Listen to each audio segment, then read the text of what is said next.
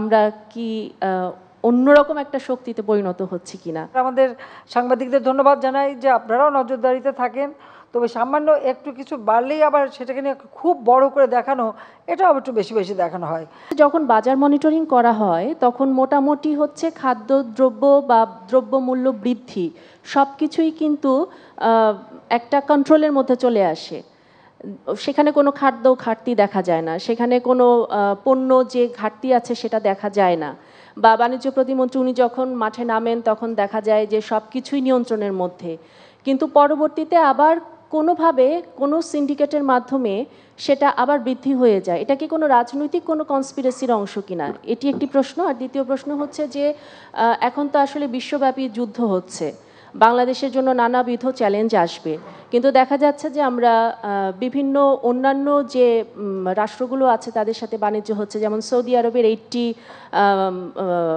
যারা আর কি কাজ করতে চান, বিনিয়োগ করতে চান, এরকম 80 কোম্পানি আমরা দেখছি, বা আরও অন্যান্য অঞ্চলের সাথে আমাদের বাণিজ্য সম্পর্ক তৈরি হচ্ছে। তো বাংলাদেশ কি নতুন কোনো বাণিজ্য হাব বা নতুন কোনো বাণিজ্যিক অঞ্চলের সাথে যুক্ত হতে চাচ্ছে কিনা, এবং আমরা কি অন্যরকম একটা শক্তিতে পরিণত হচ্ছি কিনা, এটাই ছিল আপনার কাছে আমার প্রশ্ন।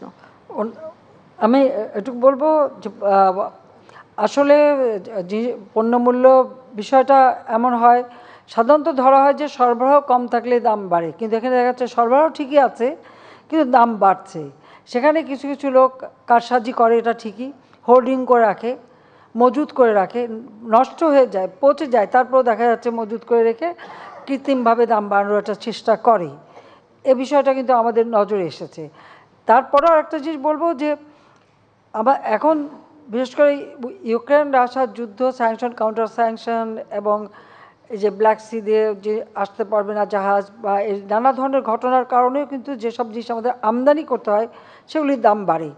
তো সঙ্গে সঙ্গে আমরা কিন্তু বিকল্প পদক্ষেপ আমরা নেই।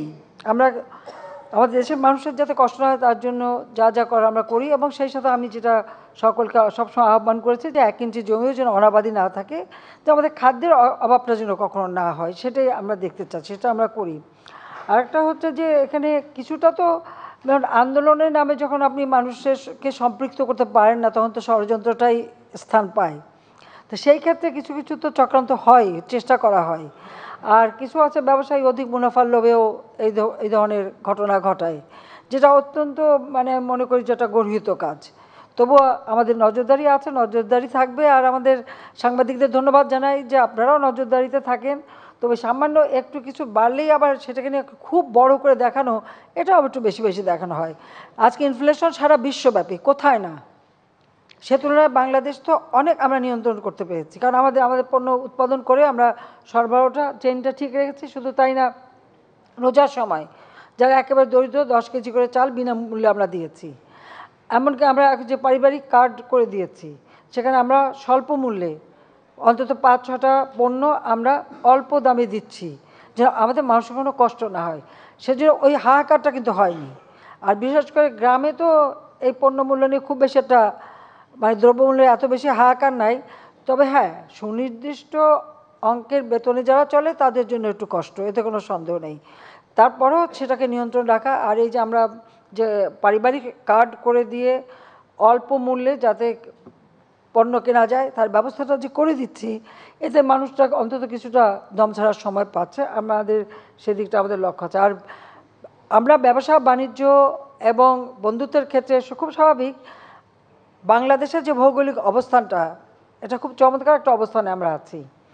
সেই ক্ষেত্রে আমি মনে করি যে আমাদের দক্ষিণ এশিয়া, দক্ষিণ পূর্ব এশিয়া, পাশাপাশি আমাদের জিসিসি কান্ট্রি অর্থাৎ আমাদের গালফ কান্ট্রিগুলি, আমাদের মিডল ইস্টের দেশগুলি, তাদের সাথে আমাদের সম্পর্ক বাড়ানো, আফ্রিকান দেশ, স্মল আইল্যান্ড কান্ট্রিগুলি আছে, যেহেতু আমি সিবিএফের চেয়ারম্যান ছিলাম, তাদের সাথে একটা সম্পর্ক আমার হয়ে গেছে, তাদের সাথেও আমাদের যোগাযোগটা আমরা বাড়াচ্ছি।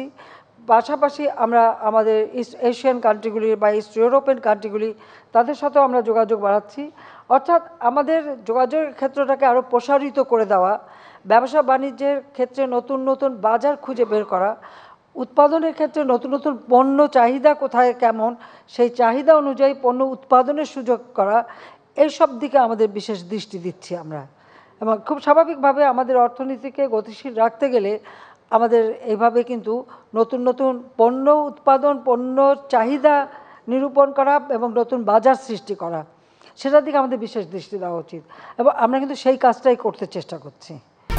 1, 2, 3 ঢাকায় জমি জিতে নিন 100% ক্যাশব্যাক সহ 20 কোটি টাকার পুরস্কার।